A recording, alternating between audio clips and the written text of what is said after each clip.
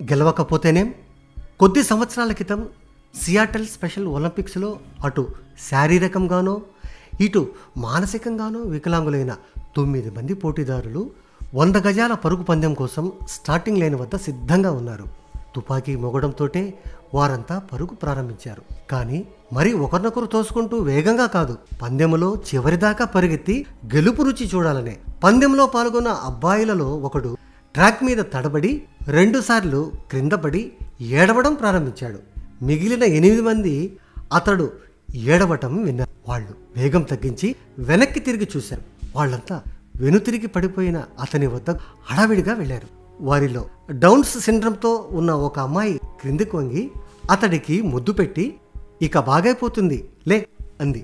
చేతిలో చేయి వేసుకుని మొత్తం 9 మంది కలిపి ఫినిష్ లైన్ దాటి నడుచుకుంటూ వెళ్లారు.